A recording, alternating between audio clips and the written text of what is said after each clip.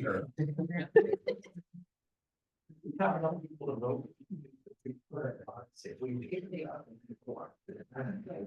right, let me get my sheet out.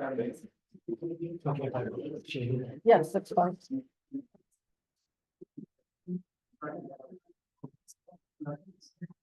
Big volunteer sheet on.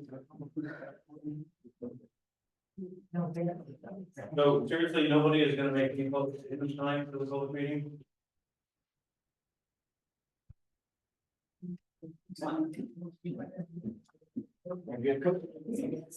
What do you do if there's someone who asks to be on the public comment? Dane Maltzberger called up a few days ago and asked, and so I put him on the agenda and said we could have him go first, but I'm not. So, all right, let's get through the 6 o'clock. All right, I'll call the meeting to order. The first thing is the last minutes from June 27th. I think everybody's got a corrected one with the correct date on it. And then Lexi Haddock's name was spelled incorrectly on the second page. Everybody had a chance to look at it? Would anybody like to move to the minutes? Or any changes, anything? I so moved to approve. I'll second. All in favor of approving the last minute? I Anybody opposed? Set. Following members present. Okay, we had a forum. Good. I need to ask a question about that. Yeah. We do not have an elected surveyor. The Constitution of the state of Indiana says the cook surveyor is an elected position. Yeah. We do not have a surveyor. Roger cannot be appointed as a surveyor. So we essentially do not have a surveyor's appointee.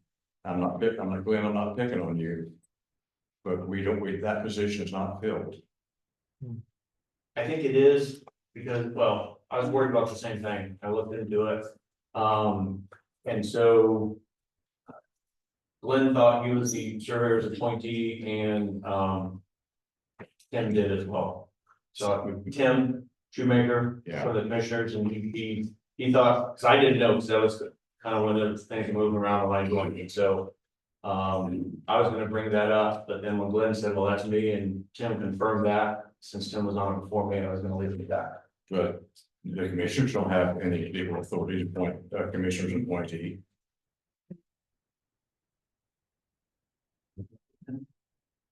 But are you saying that you looked into it and he's not appointed as? No, what I looked into was, so when we moved things around, somebody was there as there's somebody on the committee before they got off that was listed officially as the surveyor's appointee. However that happened, I don't know. When I got on and when Mark got on, 2 people got off. That person was one of them. And at that time, Glenn was one of the citizen members. And I thought, well, then we're still not right. And so, but Glenn and Tim, I asked Tim not because the commissioner, just because he was running the committee here.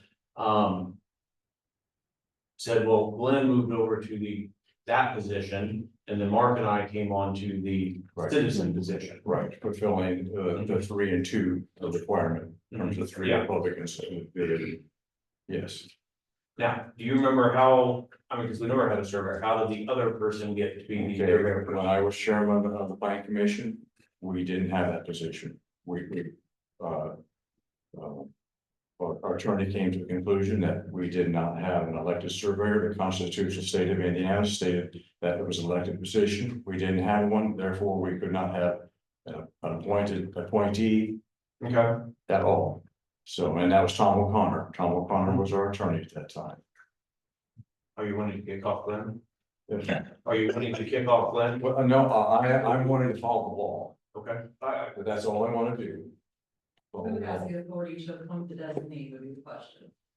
Well, your point is if there's no surveyor, then that position is not even required. That's right. That's That's my position, yes.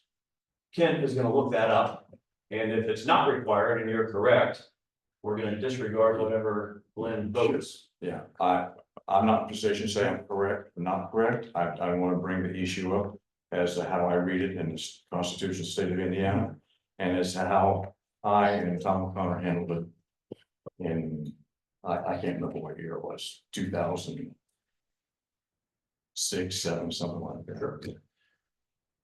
Well, So Glenn will get voted off the island, right?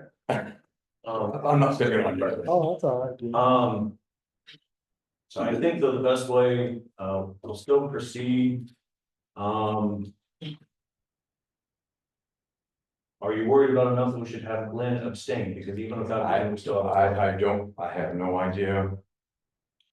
What the law is, how to handle it. I just want to bring the issue forward because I don't think that position. That can be filled as a surveyor or surveyor's appointee. Yeah, I understand your position. I don't think there are any reported cases. I don't think that's been interpreted by the courts on that. I don't think a court has interpreted Yeah, I bet it the has. statute on that. It would be a novel issue, so Yeah, it would come in, if, if Glenn votes and it's a 4-3, or, it's if he's Sure. the fifth vote, sure. on something, so it's Yeah. probably. Yeah, if that's a- my concern is that the membership of the planning commission has been mishandled for quite a few years already. And I'm not picking on Glenn, but this, it's clear this constitution says that the surveyor's an elected position. We don't have a surveyor. We've never had that elected position. So I don't see how we can have a surveyor's appointee. So it's up to the attorneys to kind of look at that and see where it goes.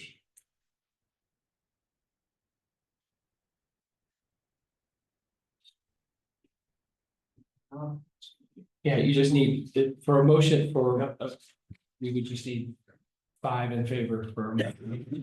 Here. Glenn, why don't you abstain? How about that? Is that okay? No problem. Figure out your legal status, Okay. and, Thank you. we'll go from there, because we've still got enough to operate. Do we need to revote on the minutes of the last meeting then? I don't think we need to revote, because it's unanimous. Let's have, I will make the motion to approve the minutes as opposed to, I think Glenn made the motion. I'll make the motion. Somebody want a second? Who seconded it? Okay. Everybody still in favor of the minutes? Yes. Still have a quorum.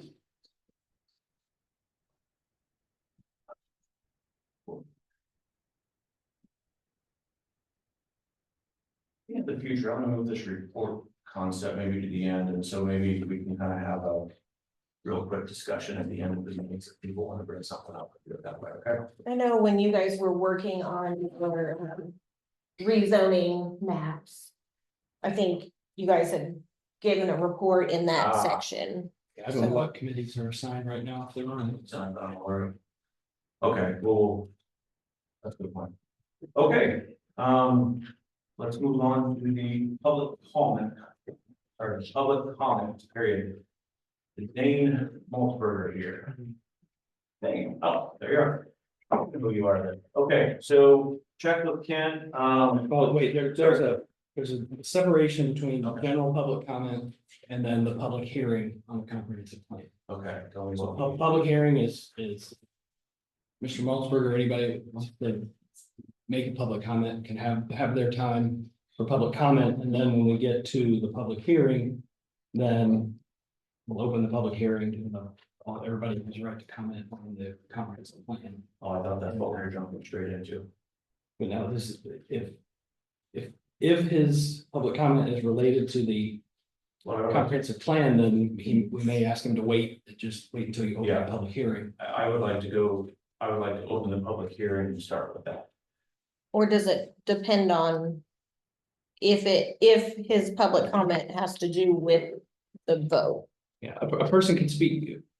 You can talk, we can talk about daylight savings time. Somebody could talk in public comment about anything that they want. The speaker, the public hearing has to be related to the issue of the public hearing. Dane, So a person could speak twice. Dane, do your comments have more to do with the comprehensive plan or just general comments? More general comment than the comprehensive plan. Okay. Well, tell you what, Dane, You can stick me in where you, Okay. I don't care. you asked me on, so we're gonna let you speak tonight. Let's go ahead and start the public hearing. Okay, is there anything special I need to do for that? Just What show. time are you convening the public hearing at Hearing. 6:09? Yeah, 10 after. Because, I asked for a sign up sheet for anybody who wanted to comment during the public hearing, I got nothing, but Dane, since you called ahead and said you wanted to speak, I assumed it was for the public hearing, so. You got your 5 minutes to speak on the public hearing, if it has to do with the comprehensive plan, if not, we'll kick it to the end for general. Yeah, whatever you want to say. It sort of doesn't about, it sort of doesn't about. So my comment is that everybody has done a ton of work and we're still doing a ton of work to figure out what it is we want this comprehensive plan to include. Okay, but. We've never really asked the county, the residents, the landholders of the county, what they want. Okay, that is what I want to address. Because. Indiana Code 36, Title 36(7), Chapter 4, says in specific, it's 36(7)4602, says specifically that. If 50% of the landholders, and we know there's fewer than 6,000 landholders in the county. Feel one way or the other, then that is a guide to give to the area planning commission.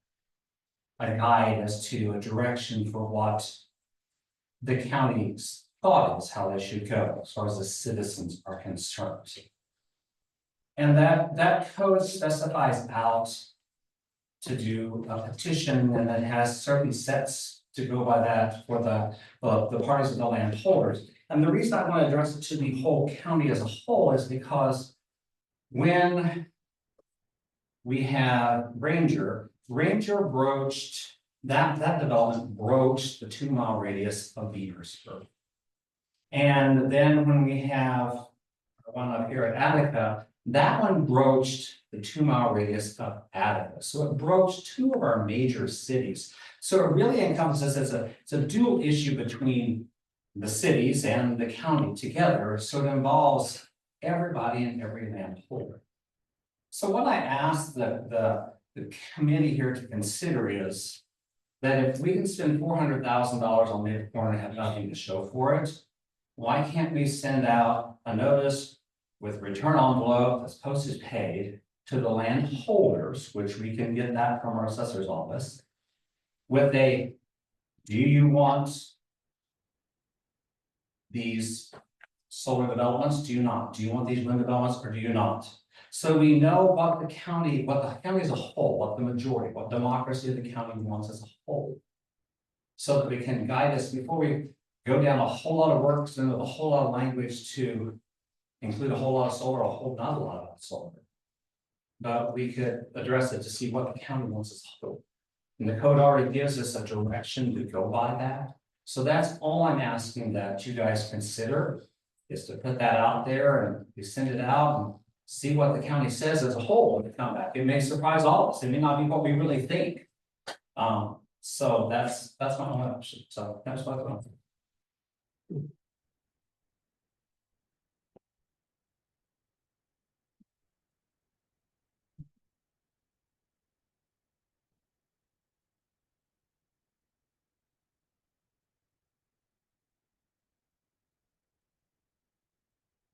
Good, sign up. Does anybody else want to say something for the public hearing, the comprehensive plan? All right, we will close the public comment period for the public hearing. Committee members. Any discussion, anything new, any proposed changes, anything at all?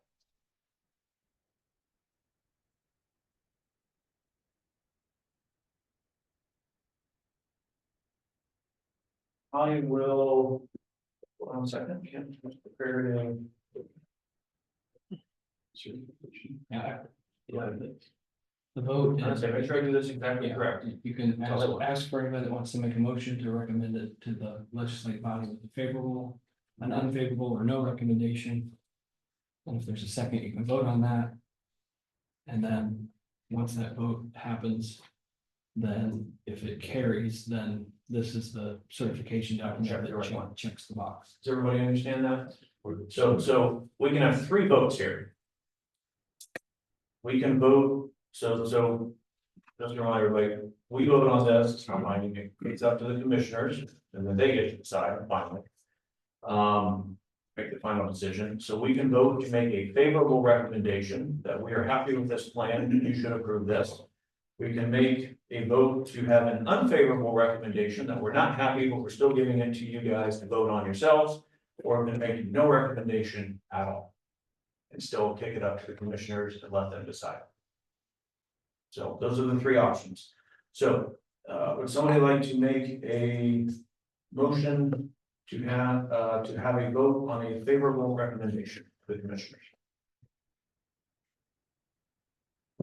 I'll make the motion. Who makes the motion? I will second. So, all in favor of, Lynn will have you abstain, okay? All in favor of voting to make a favorable recommendation to the commissioners there. Anybody opposed to making a favorable recommendation to the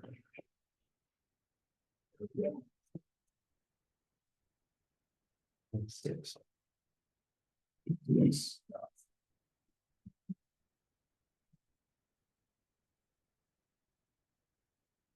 For the public, would you outline what the next procedure is when it kicks up to the? I think there's another round of notices, correct? That the commissioners have to do. Hold on a second, I've got actual notes on this.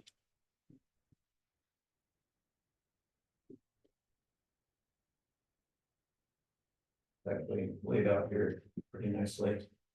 So basically, we certify the comprehensive plan.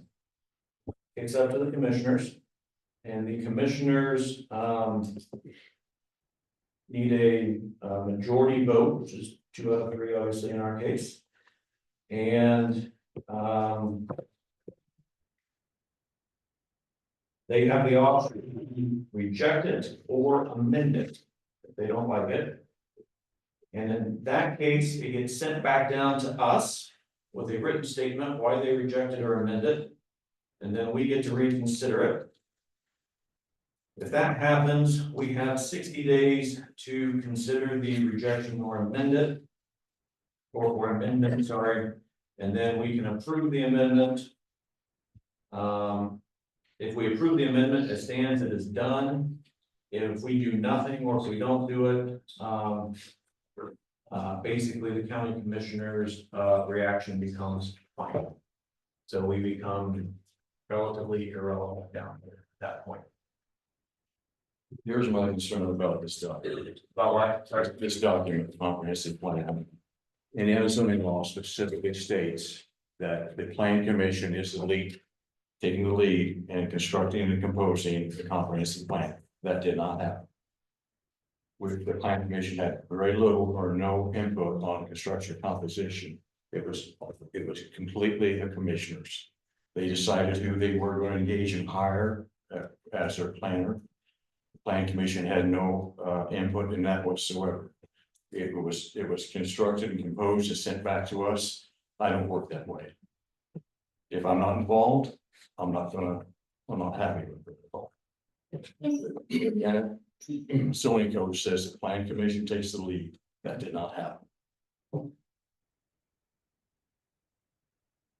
The second thing is, this is not a $50,000 work product.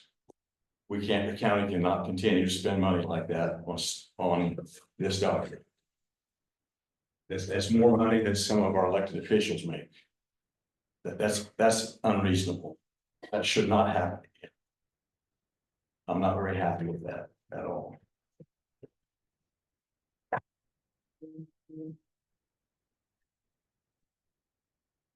That's my only comment. Okay, yeah.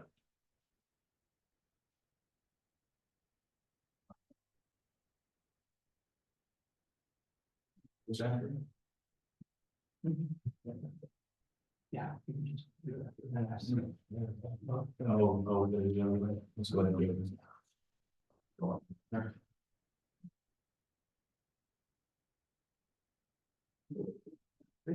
it. I know that's a lot. Yeah.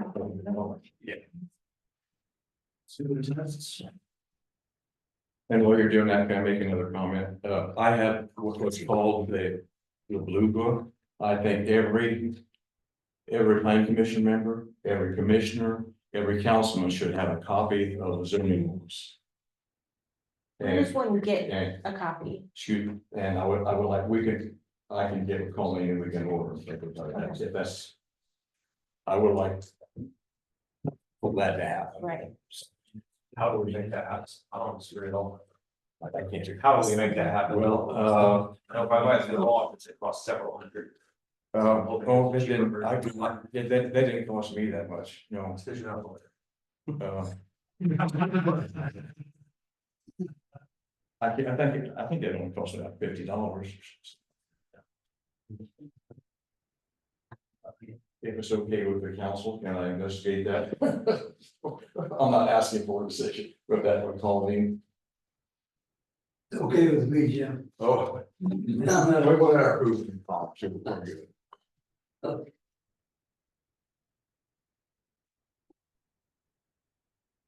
Jane, what was the code you had cited in your, Yeah, it is.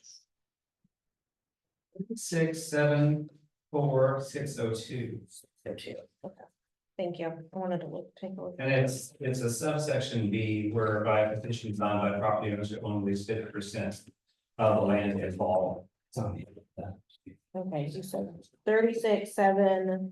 -602. 602, okay. The 500 series relates to the comprehensive plan, 600 series relates to the zoning ordinance itself and text changes and mapping.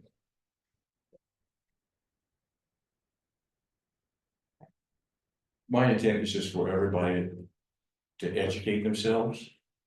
That's it. I mean, for everybody to have That's what I said online, really, it could have fell either way, it's really, we can attach that. While I was talking about, we can attach it back to our current zoning ordinance that we've got, that's addressing solar and wind. And attach it to those two sections already in our current ordinance. If we were to consider pursuing that, send it out to the landowners. But if I remember right, in the actual comprehensive plan that we just voted on, there's not a whole lot of meat about solar in it.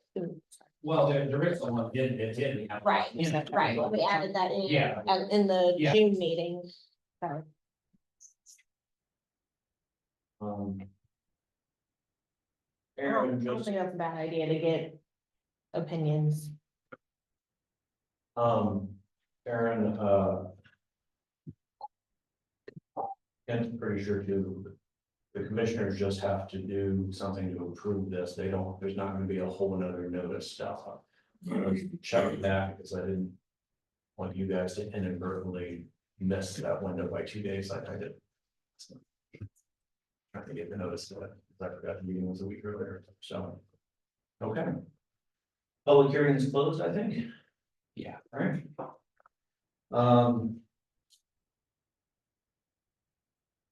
Let's go ahead, we'll. Have just an open public comment period. People a chance to speak since it's on the agenda. No, we're moving it around, is anybody? Anybody? Amber Rourke, Slow Down Challenges. Sorry, I didn't realize you got things on that, so. That was for the public hearing. Oh, And that, I'm trying to follow exactly what the requirements are. so I do just have one question on the comprehensive plan, and it didn't come up to me until after I heard Jim. Who worked on the comprehensive plan? Who developed that? I know there was a list of people on that. Sue Ann, you were on it, Yeah. were you in meetings every meeting that they had? Yes, I was. Tina was on that, she was not in every meeting, she was in one. How much of an influence did Rod Banning have writing the comprehensive plan? He was at one meeting. We had three. 3 meetings, we were all 3. Mhm. How many Jeff people- Fisher was there. Did Jeff say anything, Jim? Excuse me. Did Jeff say anything about any of the meetings? He was on the.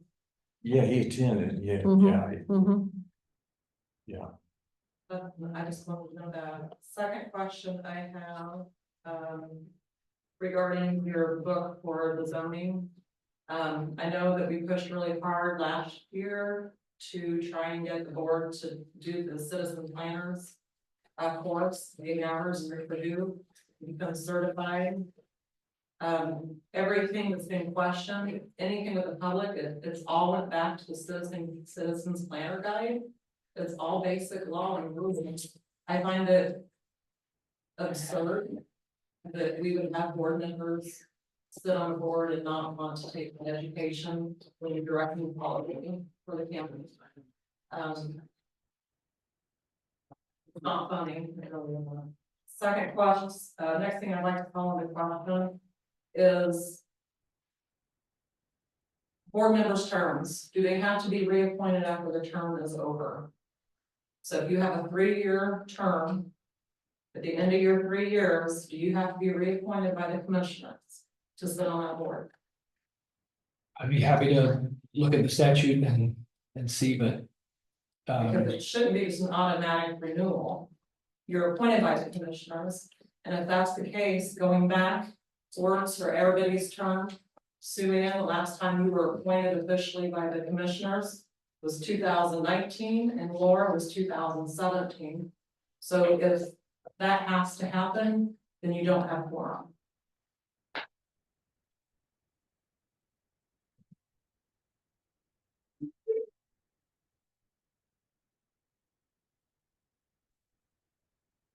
But there's these hangers right also.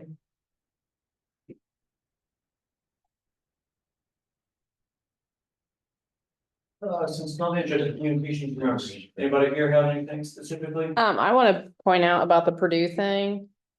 When it was brought up, there was supposed to be more information given to us and we've never gotten any more information to do it.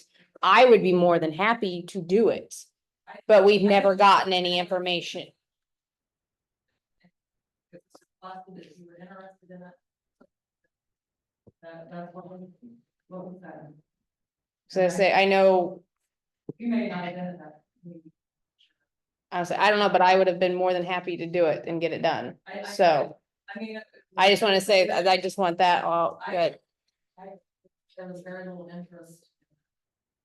I requested for anybody who's interested to come see me. The only I think it people was- I heard that even mentioned doing it was Jim and Jake McGraw. I think the pushback was from Tim because it cost, what, like $300 or something. But I had a money budget to do it. Yeah, right, yeah, but we had one person push back on, essentially. I don't think $300 is cheap compared to what the character has to slip through. It's a cheap investment.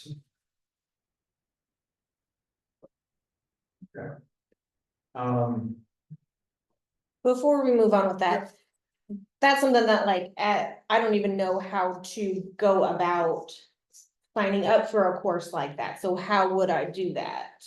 Adam Tyler, Purdue, he Okay. had the program. He Okay. actually came and spoke previously before I was even here about doing it. And then he came to me and asked again, so I brought it to the floor again. And I went ahead and I budgeted the money to do it. I asked the board if they wanted to do it. And there was very little interest, and I asked them to come see me, I gave them until like October to come to me if they wanted to do it. I think they would just build on the presentation that Kent gave us, was that last year? Kent, you gave us a presentation. Mhm. I did.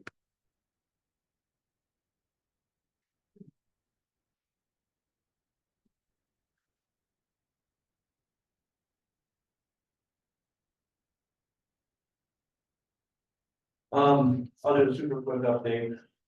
Then we'll get on the others. last thing, so now, the, proposal for the overlay, looked at some things, I know this is the same thing that Tim sent out months ago, but basically, we're however many months into the moratorium, we've got to get something good enough here to pick up to the commissioners. So there's no point in, redoing the,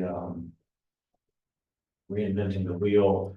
And so next meeting, I would like to maybe start talking about the overlay district concept. And go through why I think it's good, why it's bad, and if everything. Kind of start there, so at least we've got a starting point, okay? And then I have finally had time to go through quite a few revised and pared down ordinances. Just because it's my pet peeve, I'm pleased to say that driveways, you know, 70 pages to 13, so I think that's good. So Roger gets a lot of credit on that. So anyway, I'm still working on that, and then I would like to, you know, when we get back to. This will be the subdivision one the other day, and I want that. But sorry, anyway, he sent me some more, and I'm still looking at it, trying to get it simplified. Yes, you have the subdivision. Okay. And I don't have an answer to this at all, because this is way beyond my pay grade for doing this.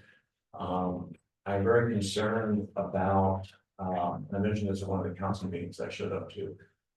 I'm concerned that we inadvertently create something that the county is not going to have the power of the budget to really follow up on. You're talking about on this is, On this stuff, I mean, White County, for example, I've just gone through. Just gone, for client has done a simple split, like a piece of farmland down a road, and it's taken us 3 months and 10,000. And they say, yeah, that's what it is. And so, but they also have 6 full-time people. And I don't. If we do something that intense, we're gonna grind to a halt and have a lot of troubles. And so I'm going through that. That's one reason I'm so focused on trying to pare it down. So that just day to day, you know. Everything in the county can actually function. So keep that in mind as we start doing this. Okay, that's all I got. That's something that you will want to work in conjunction with, Campbell's exactly right, work in conjunction with the council and see what their tolerance, because you can see Amber with a very light ordinance had a massive amount of work in helping the administrative work for the plan commission. And the extra work for the auditor's office. So if it requires, you know, you can see a large amount of work on a very low level zoning ordinance. So adding the other aspects that are, again, even though they comparatively remain, you know, light or lower regulation amounts, it's changing just a few things will add a lot more work for the staff employees.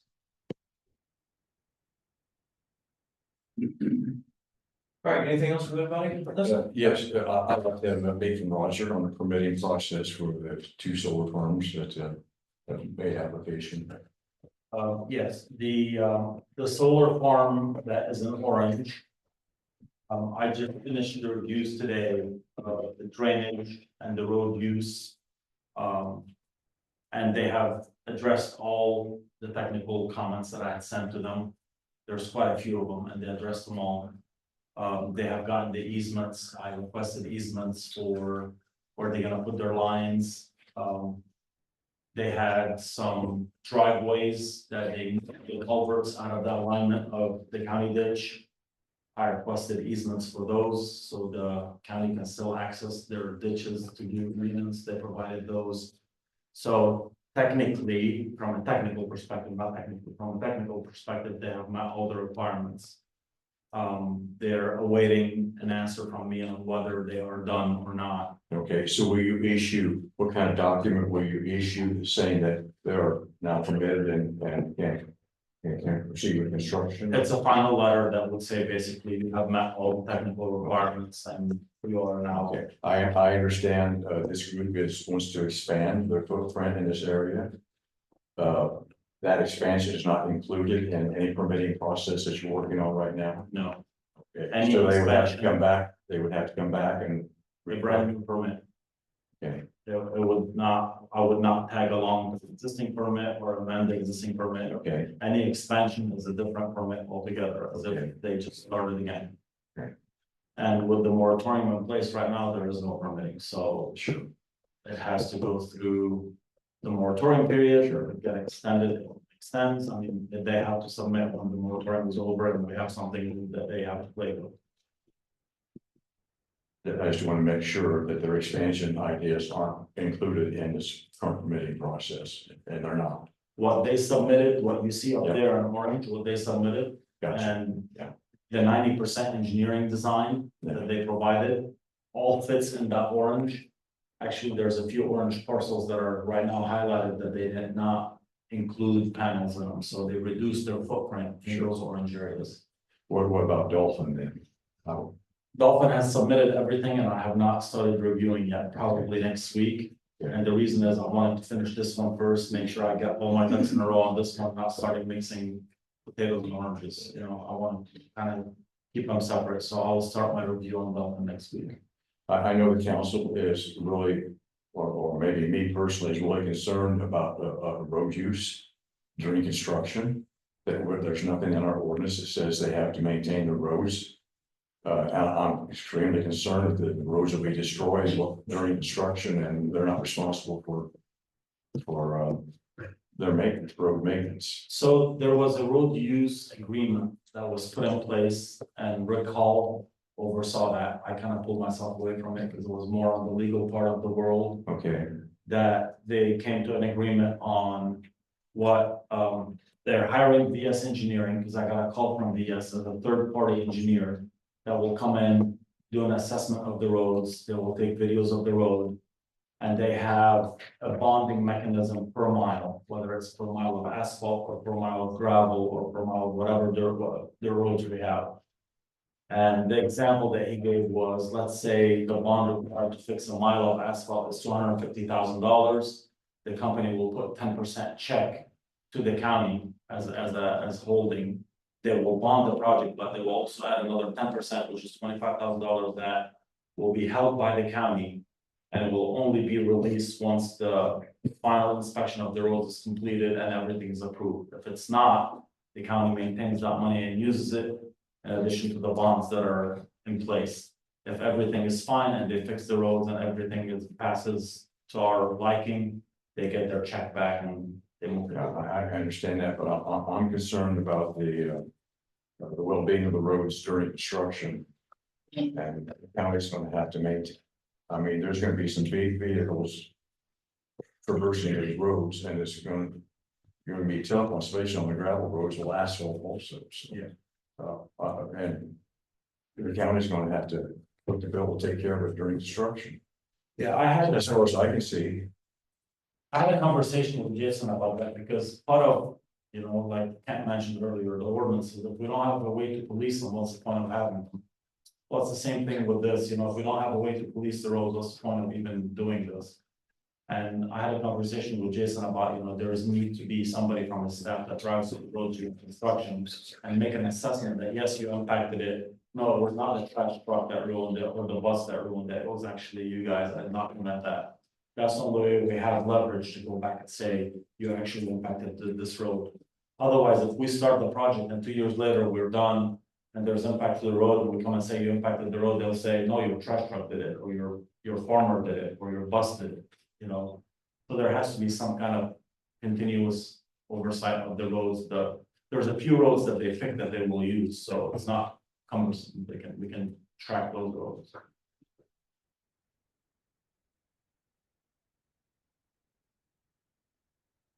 Are you still uncomfortable? yeah, What can we do to? well, we could have used a hefty, permitting fee to start with. I think, That's under the. That's what the moratorium is for. That's under the bridge. That's what That's the under moratorium the is. bridge.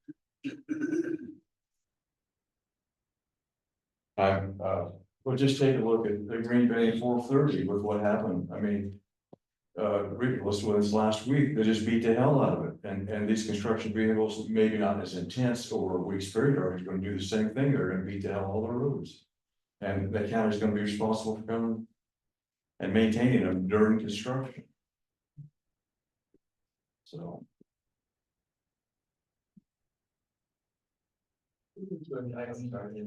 Uh. 341 was closed. Okay, I think it's in 430, and I didn't know what you're talking about. Oh, okay, I'm talking about, yeah, 341 was closed at the Green Bay, at the Shawnee Creek Bridge, and the state did not have adequate detour signs. And so East Green Bay Road, east and west and 430 north took the brunt of about 1,000 vehicles from Monday till Friday. This included big rigs. People giving residents a finger because they were pissed off because there was no signage to tell them that 341 dead ended at the bridge. You know, it was a effing fiasco. No, I didn't know what you're talking about. Yeah, well, Not to mention, they're going by Google Maps. Google Maps says that Green Bay goes from 41 to 341, and it does not.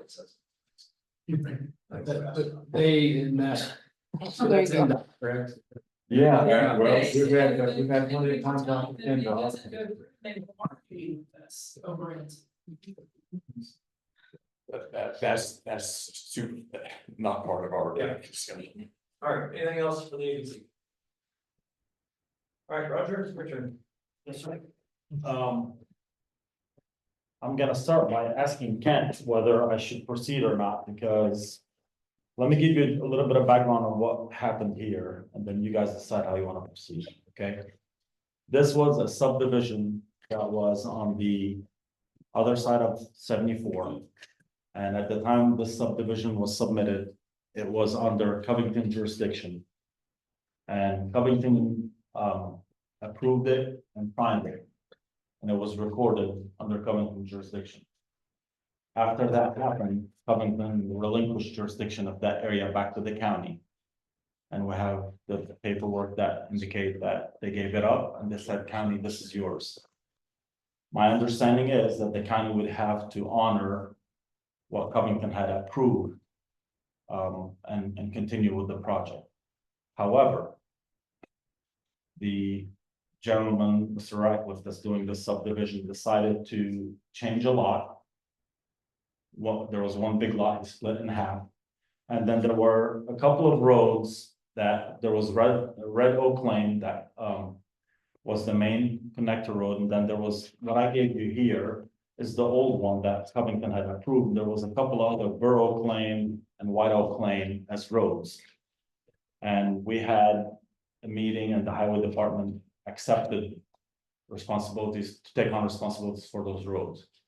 However, there was a little bit of pushback, you know, these little roads, how are we gonna maintain them? So the developer said, you know what, let's get rid of those roads. And he gave access to these lots by simply creating a fee simple parcel that would take them from Red Oak Lane back to their parcel. And that is what, that's here. This is the amended plat, so you guys are welcome to take a look at this. So there are no more Burr Oak Lane and White Oak Lane, there's only just Red Oak Lane. And then everything feeds off of that. Because of that change, I felt that, you know, this is not the same approved plat that was approved by Covington. So it should come before you guys, because again, we issued, the county issued a stop work for him based on the fact that they would not give him new addresses. Or there are 4 septic permits that were submitted that are on hold until this is resolved. Now, this is where it gets sticky. I'm not sure if we have jurisdiction to stop this work or not. And I just wanted to bring the new subdivision, get your blessings on it if we have that ability to do so, so he can continue developing what he's developing. But that's kind of the story, the background of the story. So I'm here in front of you today to request approval of this subdivision if it is within our jurisdiction to do so. Yeah, there are separate issues of because of the very unique situation of the fact that the city the project was initiated under the city's jurisdiction and that the city approved the plat. And the county has the authority to enforce the original plat as it was platted, so the developer is bound by that plat. The process to for the amended plat, I don't believe that right now, and just ask you to table a decision on it, so I can determine whether, because we don't have certain ordinances on the plats, I believe there's a separate process for the plat amendment that would involve the county executive and not the plan commission, but that's what the county's jurisdiction to enforce that, and the health department's determination of holding the septic permits, pending the assignment of the addresses. That's valid, but at this point, I don't know that this is validly in front of the planning commission to be able to vote yes or no on the proposed plat amendment. So you're saying you're not sure what, so the county definitely has the authority to follow what the town did, but you're not sure whether that falls to the commissioners or whether it falls to the agency at this point. Right, to approve the amended plat. I will make a motion to table this until Kim figures it out. Second, A second, second. all in favor of that motion? Anybody opposed to it? So where does that leave him? Stop right now. Huh? Stop right He's now. stuck. Unless he goes back to the original plat. Yep. That correct? That is correct. Yeah, I mean, the developer really has to work with his own counsel to see what the process he has to follow to get that amendment, all of that. See, I'm sorry, please say that again. Who does he need to go to next to keep the this? developer needs to, I mean, I can't give legal advice to the developer. Right. Determine what the steps, what steps are required to the amended plat approval. Do we have a process? Without having ordinances in place, do we have a process to do that? That's what I'm saying. I think there's a statute. Just don't know what it is. Very short, quick answer. It's just, yeah, it's not, I just don't think it's right for the plan commission tonight. So that my advice is just limited to asking you to take a look. So we're gonna push the subdivision ordinance to the top. All right.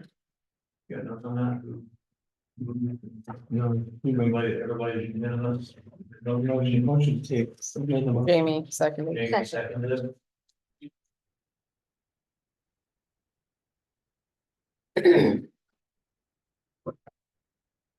All right,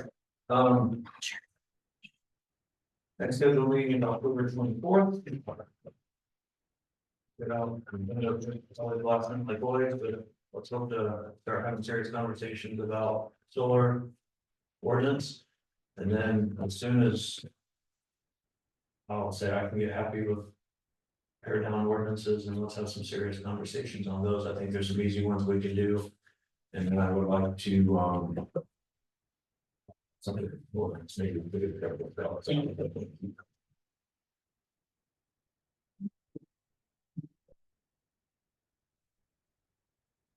anybody have anything else? All right, I will. I'll move into close the meeting. Wait a second. I'll second. Here we go. All in favor? Right. Opposed? You want to take it home? Here we go. No. Yeah, you probably understand it more than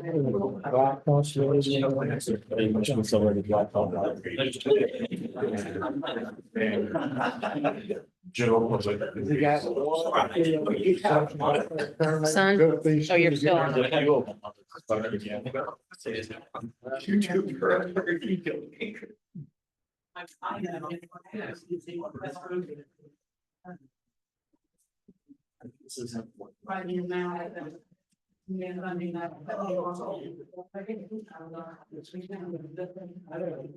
So was John on cheerleader the other night, taking a practice. Oh, yes. I followed him.